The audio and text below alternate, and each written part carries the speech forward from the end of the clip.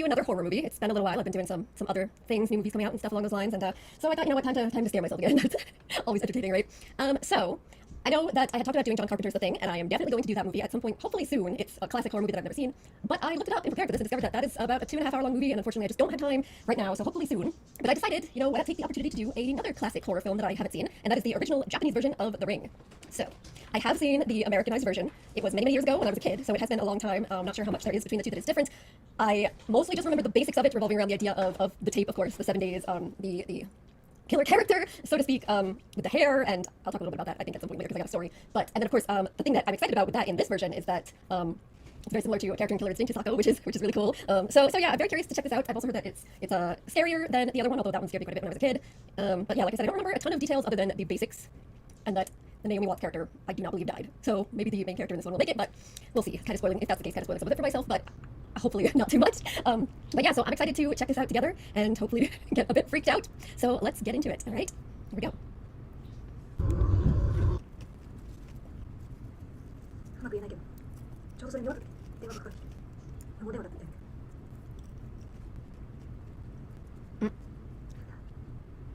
Like,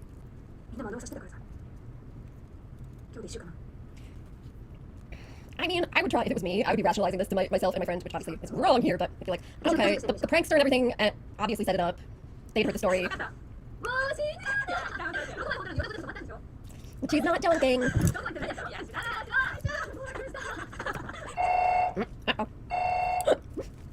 But yeah, I'd be like, well, okay, the prankster, whoever called, obviously had heard these rumors going around just like everybody else had. Maybe one of my friends actually set the tape up and they just won't admit it. I mean, then I'd die, but...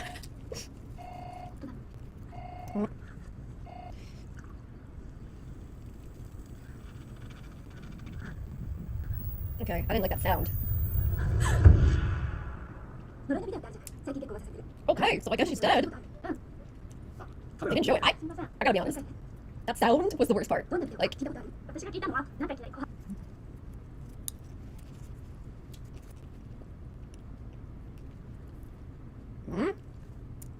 What?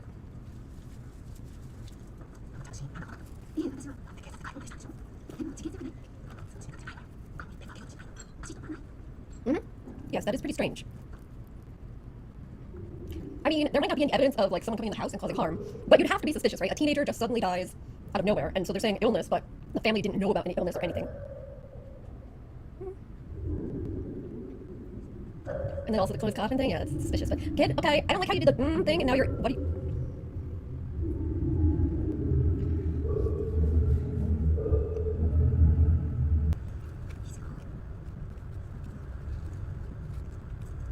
Oh. It's like we're all good and happy and cute in all our pictures, and then we saw this movie and now all our faces are blurred in the pictures. Wait, how old is this kid?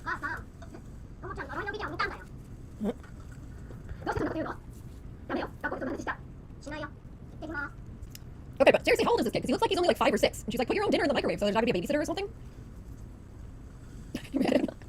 Oh, Lord.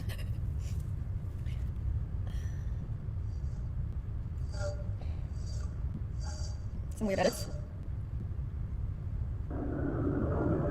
The fuck?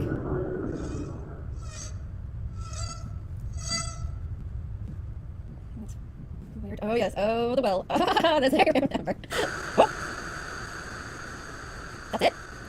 She's probably like, seriously? Okay, that was kind of fucked up and weird. I don't know why anyone would make a film. Someone makes a movie with some creepy lady looking in a mirror, combing her hair, and then... She was like, let me get the fuck out of here, and then now...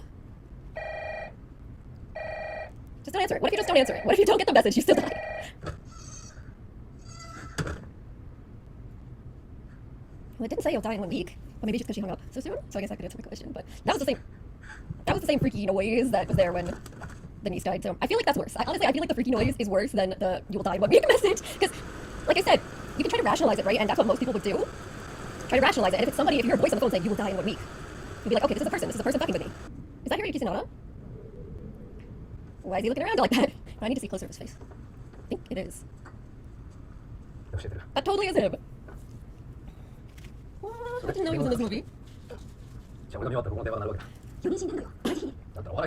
Oh my god. I mean, yeah, that's how I would be reacting, but she's like, come on! Stop making fun of this. It's not a joke. 준비야.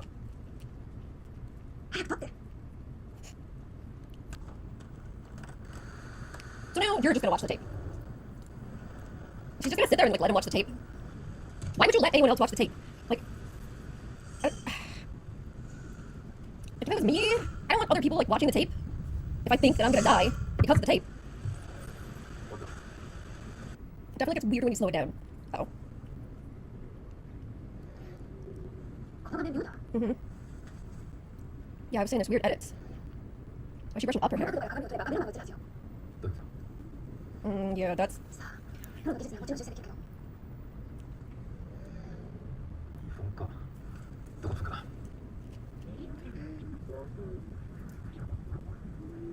Someone saying something?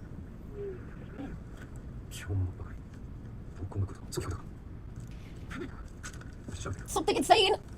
Frolic in brine, goblins be thine. I'd be like, fuck this. But of course you can't, because you both already watched it.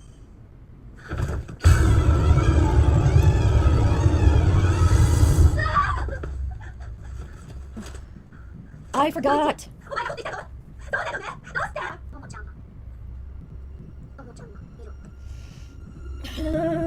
Okay, so dead cousin is talking to him. That's why he did the thing and went up to her room. That's pretty fucked up. Your dead cousin told you to watch the tape that killed her? What the hell? Oh, I'm not hungry. Not only am I going to die, but you... Oh no.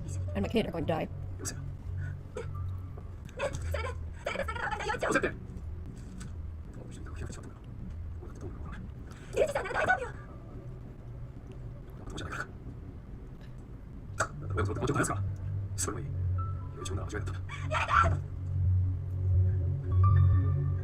Really? You blamed her? You blamed her, and that's part of like the rumors about her? The daughter was there? Sada. Wait! Nails. Oh god. He's like, wait, shit, I didn't realize you were in my vision.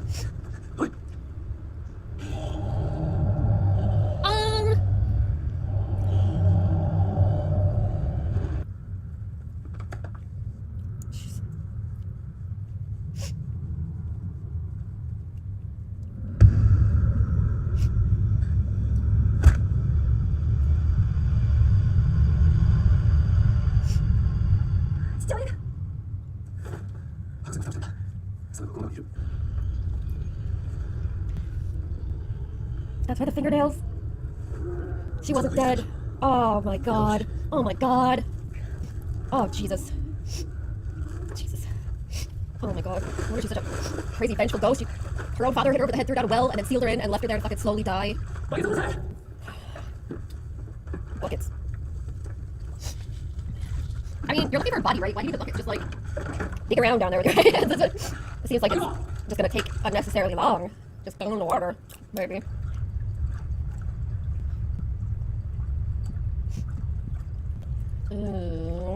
Yep. Yeah. Yeah. Yeah.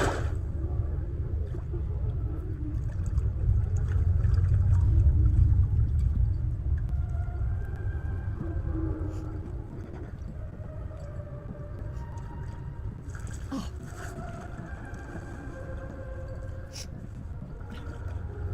She's feeling bad for her. Wait a minute. I just remembered something. I remembered something with the American version. Jesus. I just remembered something. Oh my god. Oh my god, no. Oh god, hair first.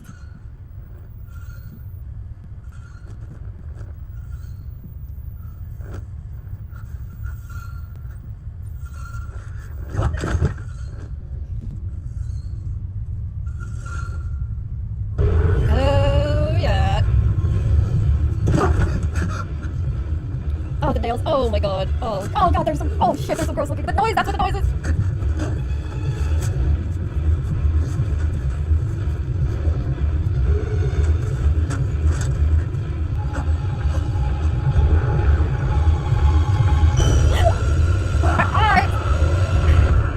What the fuck? What was with the eyeball? Why? Which means to save the kid, you should have him make a copy and then show someone else. Wait, your dad? 知らない方法があるんだって。1週間以内に LINE の人を殺したりせるの。じゃあ見せられた人はまたダビングして見せるのよ。1週間以内に。それじゃ切りないじゃん。そうそう、切りないのよ。でも死にたくなかったら。So you have to kill someone else. You have to continue her curse, her rage. But you're gonna do it to your dad? Can you find some asshole that you don't like? Okay, well, that was the end of the movie, and yeah, there was a lot of stuff that I definitely did not remember. I mean, obviously in the American version too, right? It's based on the idea that there's supernatural elements. That the girl is putting like a curse on everyone, and that the videotape is like a creation of a curse somehow. But I do think it was really interesting that in this version, it was played up a lot more. Like it could be just that I don't remember, and maybe I just need to go back and watch that one because it's been so long. But I don't remember as much of the supernatural element being involved in this in that one as there was in this. Like I certainly don't remember the guy actually like being psychic and having like these experiences and visions. I don't remember all of that. I thought, yeah. And then also I do think it's interesting, and I talked about this a little bit, that there seems, I don't know if it's a cultural element or maybe it was for the particular time that this was filmed, but there seemed to be a lot, I guess, a lot less suspicion about the idea of these supernatural things being possible. On the one hand, there was, of course, some suspicion about it. If you look back to the start of this, the 40 years before this happens, they were trying to say that even the mother's telepathic abilities were fraudulent in some ways, but at the same time, it seemed like that was more coming out of fear, because they were also like afraid of her for the idea that she predicted the volcano eruption. Whereas even in this contemporary part, like I think I talked about this even at the beginning, there were these rumors going around about the tape, and even you had journalists investigating it, right? Whereas I can't imagine that happening, that journalists would be seriously investigating even the possibility that something like that would be occurring. And then later there's just like a kind of understanding, acceptance that there are these people that have certain abilities and that there could be curses and all that sort of thing. It just seems kind of like not a lot of disbelief. It seemed more like especially when you had the two of them talking in that one scene, which was really probably one of the hardest scenes, like a heartbreaking scene, where she's saying, you and I die, so then you can find out what happens and you can try to save her son. And he doesn't want to hear anything of that, he doesn't want to giving up or anything, but then he's saying things like, maybe we all should die, you think maybe I won't die because I have these abilities, and you know, maybe all of us should die, we shouldn't have had it in the first place. So I'm curious if it's more like, it isn't that there's so much disbelief as there is like a sense that people like this with these abilities exist, but they're in and of themselves kind of cursed in a way. And I'm really curious how that plays into the dynamic of their relationship, because it's never clearly explained why they aren't together, why he's not at all remotely involved in his kid's life. Especially because as the movie goes on and on further, you can clearly see that they still very much are attached to each other. Like they clearly still love each other. I mean, the slapping aside. But at first I was just thinking, okay, so he just like left and he abandoned his kid, and then like who knows what's going on with this younger student here that's got a key to his place. But I don't know. Then I don't know, because like I said, there's clearly still a connection between them. At the end, when she finds out she thinks he's dead, and she comes in, she says, "Oh, I'm his wife." Like that's just how it comes out, and instead of ex-wife. And I don't know. So that leads me to wonder if it was maybe something more along the lines about his abilities, or the fact that they had a kid that somehow led them to be separated. And I do think, on the one hand, it's kind of interesting that they don't give you that information, right? They don't provide all of that explanation, kind of leave you to fill it in for yourself. On the other hand, like I want to know more. Now I want to know more about that. So, but yeah, there was definitely some things that I forgot up until it was getting close to the end. I definitely did not remember that he was not going to make it, that he was going to die. And that sucked. That sucked. I didn't really remember the tape copying thing either, but I definitely don't remember her. Like, I'm sure she was going to have her kid make the copy to give it to someone else. But I definitely don't remember her like doing that with her own father. So I don't know if that was different, or again, if I'm just not remembering. Because to me, that seems like you could pick anyone. You're going to pick your own dad.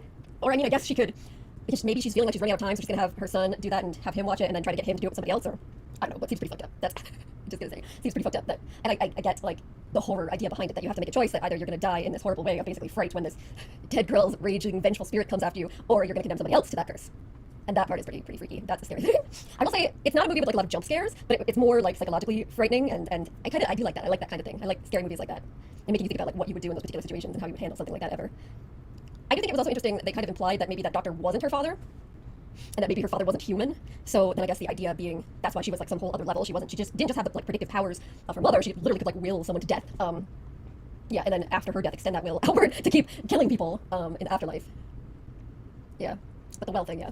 Oh, so just before I get going, just one thing I wanted to touch on quickly. That, like I said, the main things that I remembered of this movie was the existence of the tape, the idea of the 7 days, which they don't really say it in here. I guess the call is supposed to be like, you're gonna die in a week, but I very clearly remember in the American version it's like a creepy 7 days on the phone, which I do think that the just like creepy noise that they had here is more frightening than that, because like I said, you could rationalize that more. But so I remembered that. I remembered that the Naomi Watts character didn't die, and she didn't die in here, and like what the girl is like, you know, that what she looks like basically. And I remember the scene of her coming out of the TV. I didn't remember it was him that dies, but I remember coming out of the TV. And so this is the story. Of course, I watched this when I was a kid, right? And I watched it with my sister, who was a year younger than me, and a couple of friends. And we'll just say, I may have, at one point in time, my sister used to accidentally fall asleep with her TV on, and it would just go to the static at a certain point. You know, at like 3 a.m., there'd be nothing left on the TV, it would just have the static. And I was in a different room, but I'm a really light sleeper, and she's a really deep sleeper, so it would wake me up, and I'd have to go in and turn her TV off every night. And it would kind of annoy me, because I'd be like, you're waking me up, I'm not getting sleep. So there's a possibility that one time, I mean, you know that I've got like this really long dark hair, right? There's maybe a possibility that one time, shortly after we watched this movie, that I went into a room and just kind of like stood in front of the static on the TV and flicked my hair over. So good luck. And did the whole thing like I was coming out of it. I'm gonna have to talk to her about that. I'm sure she remember. She was really, there was some screaming there. So that's the big thing that I remember about the Ring experience. So, but yeah, so anyway, my sibling bullying as a child aside, this was really good. I kind of want to go back and watch the American version and see, like, compare some things and what's different and what's not. And because, like I said, I didn't remember a lot, but I do feel like there were things that I don't know if I'm not remembering because I just don't remember or because they were changed. So, but it was very good. Here you can see that was a surprise. I didn't realize he was in this, but that was awesome. So, all right, guys, I think I'm gonna wrap this up here. So, thank you so much for joining me, and hopefully I will see you next time. Bye. Bye.